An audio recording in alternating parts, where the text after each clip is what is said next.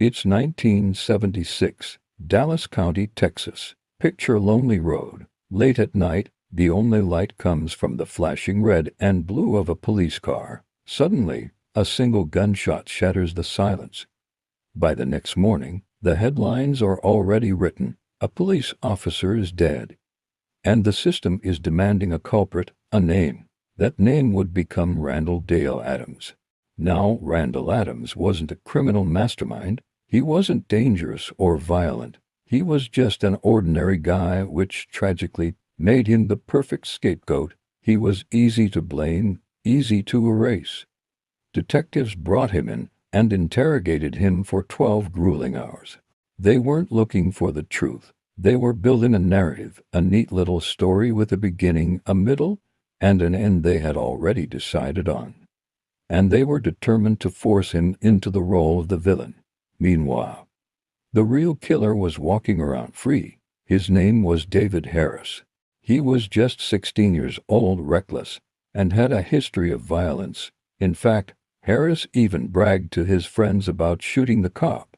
But when the heat was on, he quickly changed his tune and pointed the finger straight at Randall Adams and the justice system, desperate for a quick resolution, bought his story. Not because it was believable, but because it was convenient. It tied up all the loose ends. The case went to trial. But the prosecution's story was flimsy, built on a foundation of sand. The evidence barely held together. Witnesses contradicted themselves, changing their stories on the stand. Timelines didn't add up. Key facts were twisted and bent to fit the pre-written narrative. But none of that seemed to matter. The jury wanted closure. They needed someone to hold accountable for the officer's death. And so, despite the mountain of inconsistencies, Randall Dale Adams was found guilty and sentenced to die. Can you even imagine that moment? Hearing those words, standing perfectly still as your entire life, your future, is wiped away in an instant.